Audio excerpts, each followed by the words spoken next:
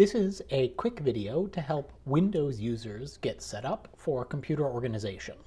The first thing you'll need for this class is some folder in which to save your work for the class. I recommend creating a new folder called CSC 250 on the desktop. The next thing you'll need is to set up the Davidson VPN. You can Google that term to find the TNI support page, but I'll also post a link to this on Slack. Follow these instructions to install the Cisco AnyConnect client and to log in so that you are virtually connected to the campus network. The other two things you'll need are applications for coding in Windows. PowerShell and VS Code can both be found for free in the Windows Store. So I'll search for the Microsoft Store. And within the store, I'll search for Terminal.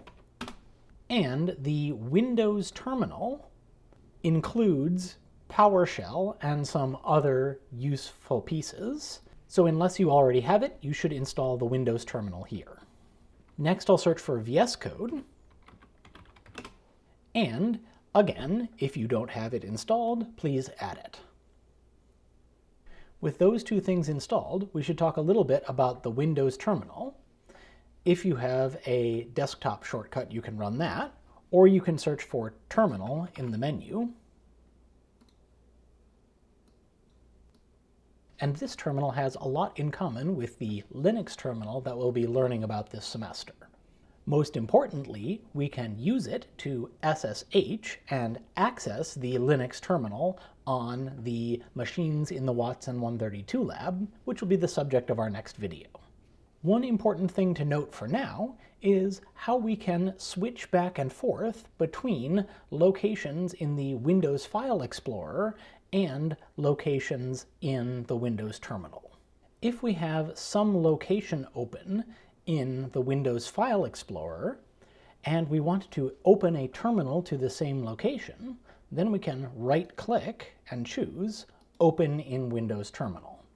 And now, note that the prompt I am given shows me where this terminal is running, and unlike the previous one, this one is in the CSC 250 folder on my desktop. We'll talk much more about how to navigate directories from the command line soon. In addition, if we have some folder open in the Windows Terminal and we'd like a File Explorer window there, we can type explorer.exe space dot, where dot refers to the current directory. And so this will use the File Explorer to open the current directory. Next, we should do a little bit of setup in VS Code. When we run VS Code, a number of the useful functions appear in this left-hand bar.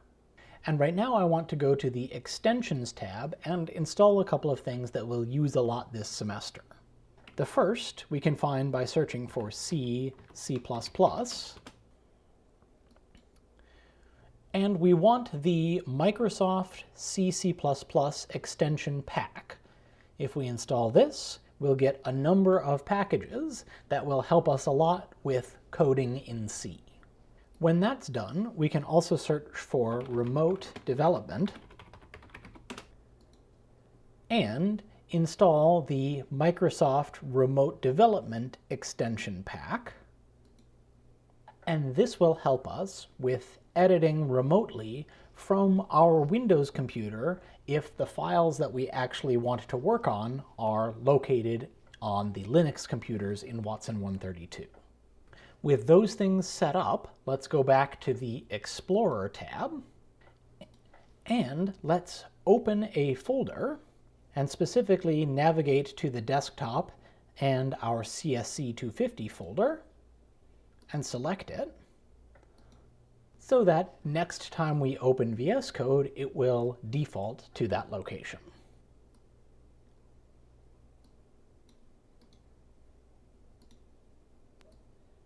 Now that we have VS Code and the Windows terminal set up, we have the tools that we need to get started. Beginning with the next video, I'll be doing my demonstrations from Linux. But when I open a terminal in Linux, you can know that you need to open the Windows PowerShell. And when I do something in VS Code, you should be able to follow along in your version on Windows.